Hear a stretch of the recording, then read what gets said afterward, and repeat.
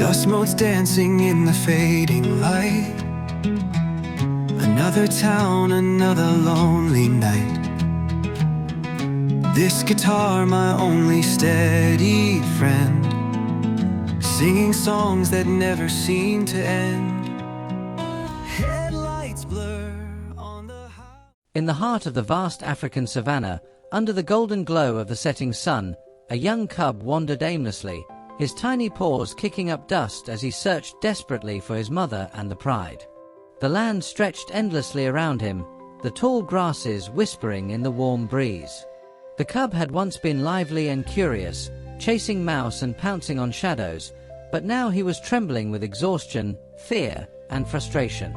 His once bright eyes were filled with panic, darting in every direction, hoping to glimpse a familiar face.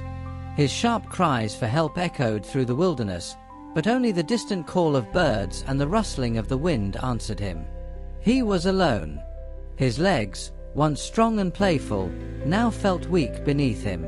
As he stumbled forward, something thin and rough tightened around his paw. A sudden force yanked him back, sending him tumbling into the dirt. Pain shot through his small body, and panic overtook him.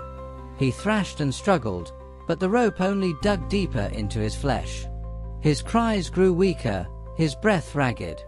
The golden savanna, once his playground, now felt cold and unwelcoming. His strength was fading. For the first time, he felt utterly hopeless. Far from the village, in a small, lonely hut nestled within the dense trees, lived Mama Hannah. Once, she had been a cherished member of the community, known for her kindness and wisdom.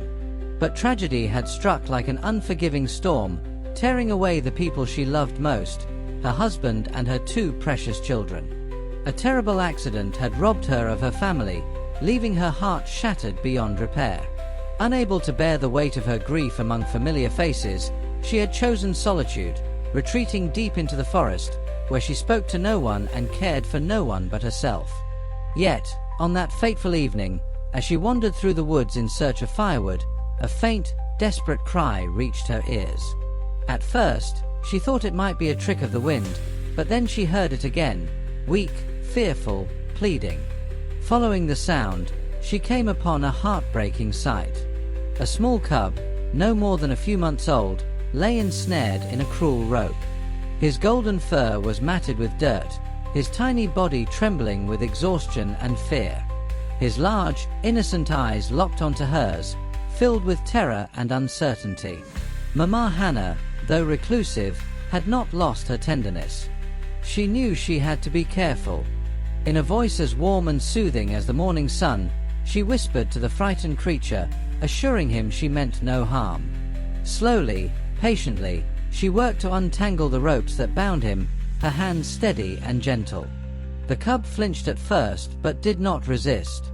He was too weak to fight, and somehow, in the presence of this strange woman, he felt something unfamiliar, comfort, safety, and perhaps even the kindness he had never known. With great care, Mama Hannah lifted the fragile cub into her arms and carried him home. His body was light, too thin for a creature his size, and she could feel the faint, rapid beat of his heart against her chest. As she stepped into her modest hut, she placed him gently on a woven mat near the fire, where warmth could seep into his shivering frame. He did not move, only watching her with wide, uncertain eyes. For the first few days, the cub remained wary, his small body pressed into the dim corners of the hut, his wide amber eyes watching Mama Hannah's every movement. He was not yet ready to trust, his instincts warning him to stay hidden. Only when the scent of food drifted through the air did he cautiously inch forward, his nose twitching as he sniffed at the bowls of warm milk and cooked meat she set down for him. Even then, he ate quickly, retreating the moment he was done, as though afraid that danger still lurked nearby. Mama Hannah never forced him. She moved with patience, her every word spoken in soft, reassuring tones, letting the cub know he was safe. She hummed as she worked, her voice low and soothing, filling the quiet hut with a sense of peace. One evening, as the fire crackled and cast a golden glow across the room, she sat on the floor beside him, watching as he cautiously crept closer. Slowly, carefully, She reached out and let her fingers brush against his golden fur. The cub stiffened, his small body tensing. "You're safe now," she whispered in her native tongue, her voice carrying the warmth of a mother's love. The cub hesitated, searching her face as if trying to understand her intentions. Then, after a long moment, he leaned into her touch. It was the first sign of trust. "You need a name, little one," she mused one evening, watching as he curled at her feet, no longer fearful.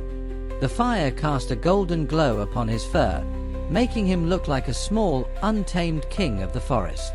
Odum, she decided with a smile. It meant lion in the Igbo language. The name felt right, as though it had always been his. Days turned into weeks, and Odum blossomed.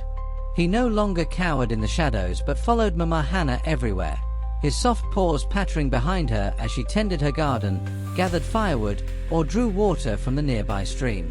He chased butterflies with boundless energy, pounced on fallen leaves, and tumbled in the dirt, his small roars of delight filling the air.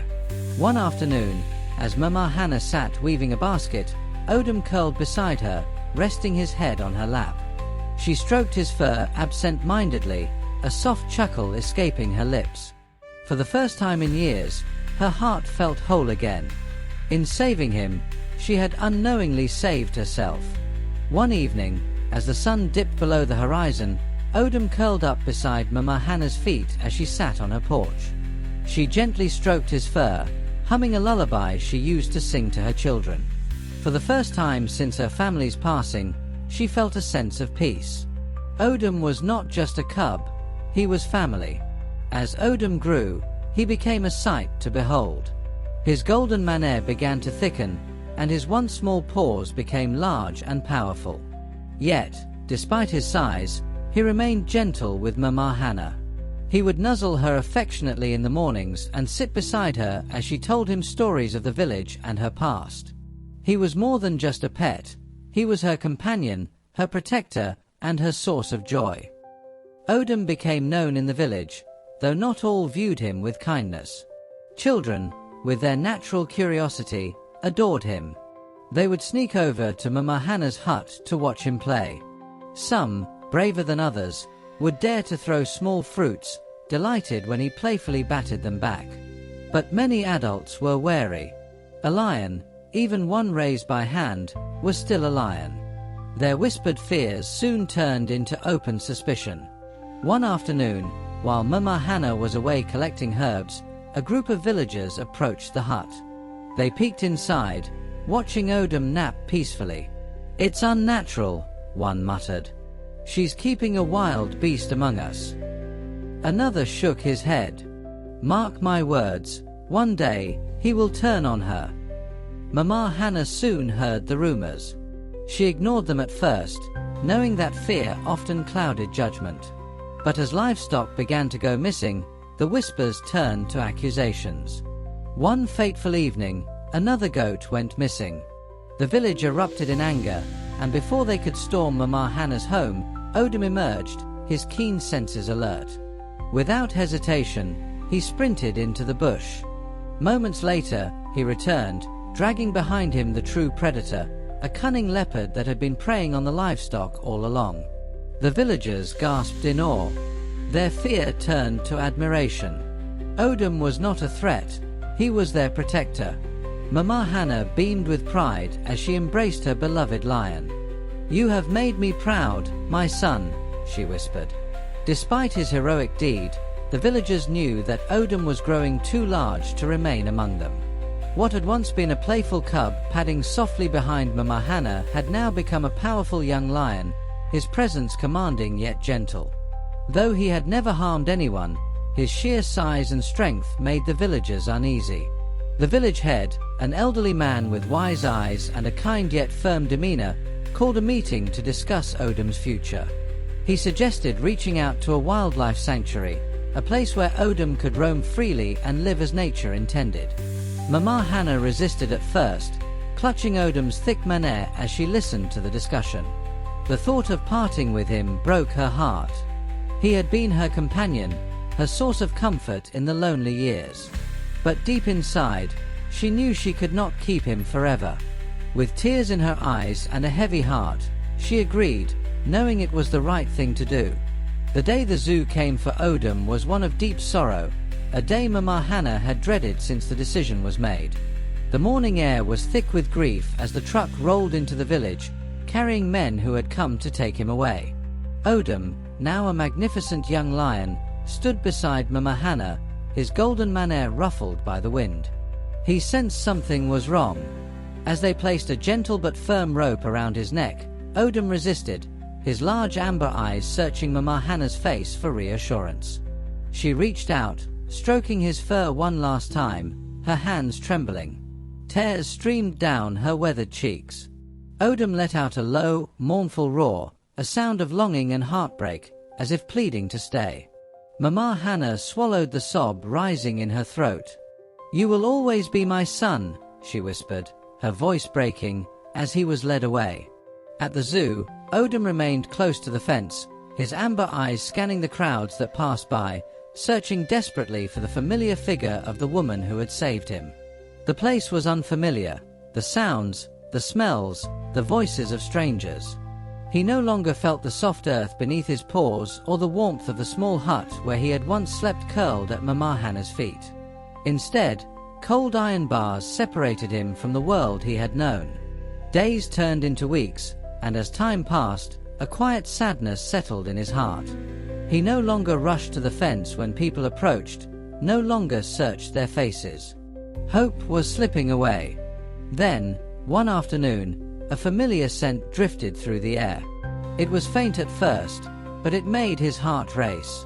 His ears perked, and his head snapped up. And then, he saw her, Mama Hannah, standing just beyond the barrier, her eyes filled with longing and love. A powerful roar erupted from deep within Odum's chest, shaking the air around them. Without hesitation, he ran to the fence, pressing as close as he could. Mama Hannah reached out, her wrinkled hands trembling as they touched the fur of the lion she had raised. In that moment, the world faded. The bars, the distance, the time apart, none of it mattered. It was just the two of them, mother and son, bound by a love that not even fate could break. From time to time, Mama Hannah visited, and each time, Odum waited for her by the fence. Their story, once filled with sorrow, had become one of love, resilience, and an unbreakable bond that defied all odds.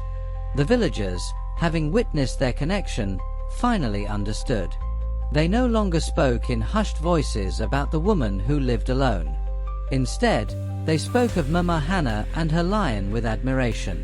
And though Odum no longer roamed the village, his spirit remained in every whispered tale and every child's hopeful gaze toward the savannah, dreaming of a love as pure and enduring as that of Mama Hannah and Odum. Thank you for watching. Tell us your opinion in the comments section. Like and subscribe.